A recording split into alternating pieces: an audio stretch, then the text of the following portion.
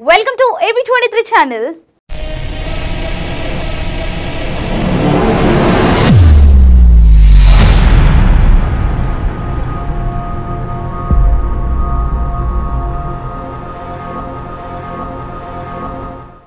ముంబై బాంద్రాలోని తమ ఇంట్లో జరిగిన దొంగతనం ప్రయత్నంలో తన భర్త సైఫ్ అలీ ఖాన్ పై ఇటీవల జరిగిన దాడి తర్వాత కరీనా కపూర్ అదనపు జాగ్రత్తలు తీసుకుంటుంది. తన ఇంటి చుట్టూ సీసీ కెమెరాలను ఏర్పాటు చేసింది.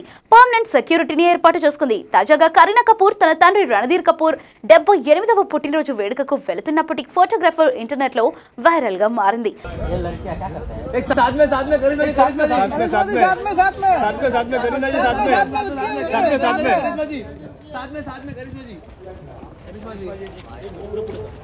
अरे करीना जी अरे सर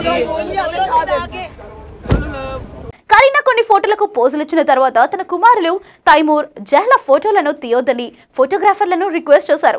పిల్లలను ఫోటోలు తీయొద్దని కరీనా కపూర్ అభ్యర్థించగానే మీడియా తనకు గౌరవాన్ని ఇచ్చింది. నా ఫోటోలు తీసి వెళ్ళిపోండి, పిల్లల ఫోటోల గురించి నేను మీకు తర్వాత చెప్తాను అంటూ ఒక ఫోటోగ్రాఫర్ తో కరీనా ఫ్రెండ్లీగా మాట్లాడారు. లోపలికి వెళ్లే ముందు కనీసం 2 సార్లు కరీనా ఇదే విషయమై రిక్వెస్ట్ కూడా చేశారు.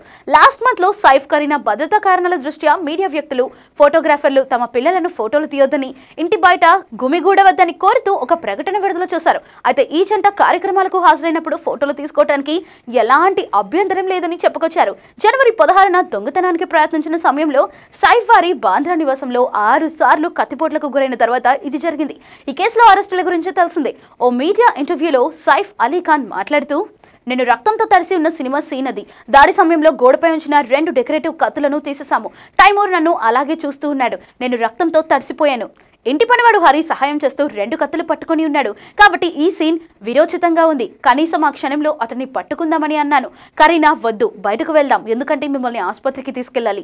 నేను జహ్ను ఇక్కడి నుండి బయటకు తీసుకురావాలి, ఎందుకంటే ఆ దొంగ ఇంకా అక్కడే ఉన్నాడని నేను అనుకుంటున్నాను. మరి ఇంకా ఎక్కువ మంది ఉండవచ్చు అని కరీనా అనుమానం వ్యక్తం చేసింది అని దాడి సన్నివేశం గురించి సైఫ్ వివరించాడు. ఇక ఇటువంటి మరిన్ని అప్డేట్స్ కోసం ఫాలో AB23 ఛానల్.